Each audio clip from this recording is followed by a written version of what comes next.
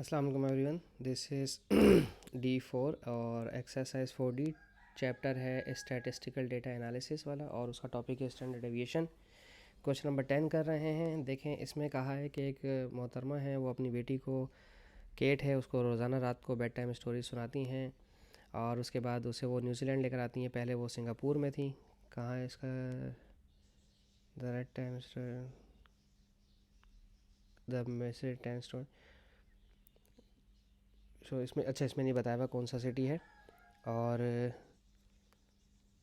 This bed time story और ये है न्यूजीलैंड, हॉलीडे न्यूजीलैंड, ये न्यूजीलैंड में लेकर आएंगे। ठीक है, तो इसमें मंथ नहीं, इसमें सिटी नहीं लिखा हुआ। ठीक है, सही है।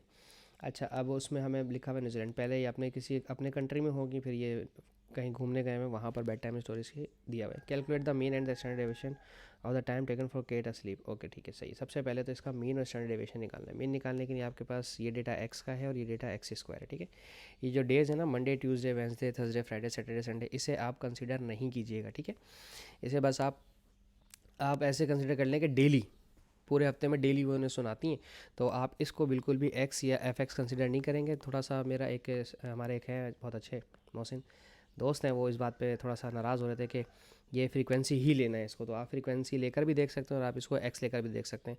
अगर आप इसकी फ्रीक्वेंसी लिखते भी तो यहाँ पर 111 आएगा। डे मंडे एक कंसिडर करेंगे, ट्यूसडे को भी 1 कंसिडर करेंगे, वेंसडे को 1 कंसिडर करेंगे, तो फ्रीक्वेंसी 1 1 नहीं होती है। हमने आपको क्वेश्चन नंबर 2 या 1 में शायद जो इसमें कैलकुलेटर यूज़ करवाया था, उसमें हमने आपको एक तरीका समझाया था। ठीक है, ये है 23, फिर 15, फिर 8, फिर 13, फिर 28, फिर 6 और फिर 15। ठीक है, इन सब का स्क्वायर लेना पड़ेगा मुझे।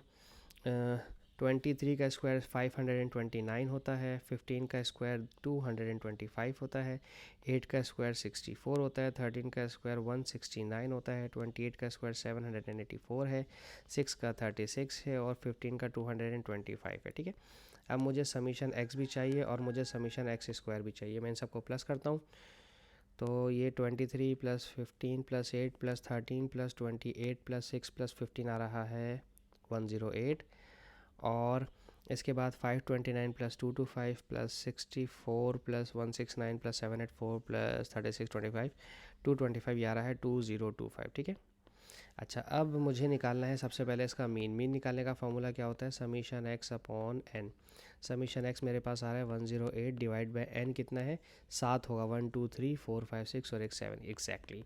तो 108 डिवाइड बाई 7 हमारे पास आ रहा है 15.428 है, तो 15.43 मिनट्स कर देता हूँ मैं। ठीक है, सही है। अब इसका मुझे निकालना है स्टैंडर्ड डेविएशन। स्टैंडर्ड डेविएशन मैं आपको कई बार बता चुका हूँ। स्टैंडर्ड डेविएशन होता है समीशन एक्स का स्क्वायर अपॉन एन माइनस, अब यहाँ पर आप मीन ले लें क्योंकि आप पहले ही मीन निकाल चुके हैं। पिछले क्वेश्चन में मीन की ज़रूरत नहीं थी, इसलिए निकाल नहीं रहे थे।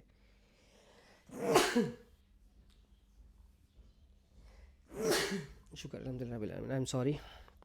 अच्छा, समीशन एक्स स्क्वायर है मेरे पास 2025 और वैल्यूज़ हैं हमारे पास 7 और मीन है मेरे पास 15.43 और इस पर स्क्वायर और फिर इसका स्क्वायर रूट भी। ठीक है, तो मैं डायरेक्ट सब कुछ कैलकुलेटर में पुट करूँगा। 2025 डिवाइडेड बाय 7 और यहाँ पर है माइनस 15.43 का स्क्वायर, तो ये आ रहा है मेरे पास 7.15। ठीक है, ये आ रहा है स्टैंडर्ड डेविएशन फर्स्ट जब अपने सिटी में थी। ठीक है, अब आ जाते हैं सेकंड सिटी के अंदर। सेकंड सिटी यानी कि न्यूजीलैंड के अंदर एक्स और एक्स स्क्वायर 20 और फिर 12 और फिर 5 और फिर 10 और फिर 25 और फिर 3 और फिर 12। ठीक है, तो 20 का स्क्वायर यकीनन 400 हो जाएगा मेरे पास, और 12 का स्क्वायर 144, 5 का स्क्वायर 25, 10 का स्क्वायर 100, 25 का स्क्वायर होता है 625, 3 का स्क्वायर 9 और 12 का स्क्वायर 144। ठीक है, इन सबको प्लस करूँगा पहले मैं एक्स वाली वैल्यूज़ को, तो यार है 20 plus 12 plus 5 plus 10 plus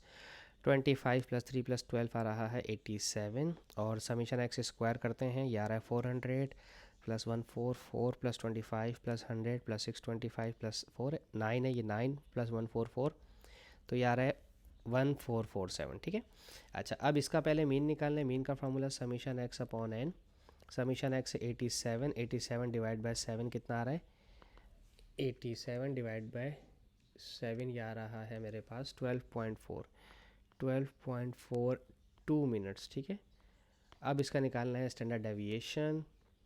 standard deviation कैसे निकलता है, अच्छी तरह से पता है आपको, समीशन एक्स का whole square upon n minus mean का होल स्क्वायर, ठीक है। तो समीशन एक्स स्क्वायर कितना है मेरे पास 1447 और एन है मेरे पास 7 माइनस मीन है मेरे पास 12.42 का होल स्क्वायर, ठीक है। अच्छा जी, स्क्वायर रूट 1447 डिवाइडेड बाय 7 और माइनस मीन है मेरे पास 12.42 का होल स्क्वायर, तो ये आ रहा है 7.24। वाओ, 7.24 ये इसका स्टैंडर्ड डेविएशन आ रहा है, ठीक है। अच्छा, इन्होंने कुछ और पूछा है, कहते हैं कंपेयर, लास्ट पार्ट में कहते हैं compare and comment on the answer parts 1 and the part 2। देखें जनाब, इसका मीन था मेरे पास 15.43 और सॉरी ये 15.43 है और इसका मीन है 12.42। इसका मतलब मीन दोनों के डिफरेंट हैं, मीन में थोड़ा सा फ़र्क आ रहा है। और अगर स्टैंडर्ड डेविएशन देखें तो इसका मतलब स्टैंडर्ड डेविएशन में ज़्यादा फ़र्क नहीं है। ये स्टैंडर्ड डेविएशन 7.15 और 7.24 है। स्टैंडर्ड डेविएशन ऑलमोस्ट सेम है, लेकिन मीन जो है इसका थोड़ा सा, मीन में थोड़ा सा ऊपर नीचे उतार चढ़ाव आ रहा है। इसका मतलब ये है कि थोड़ा बहुत डेटा के अंदर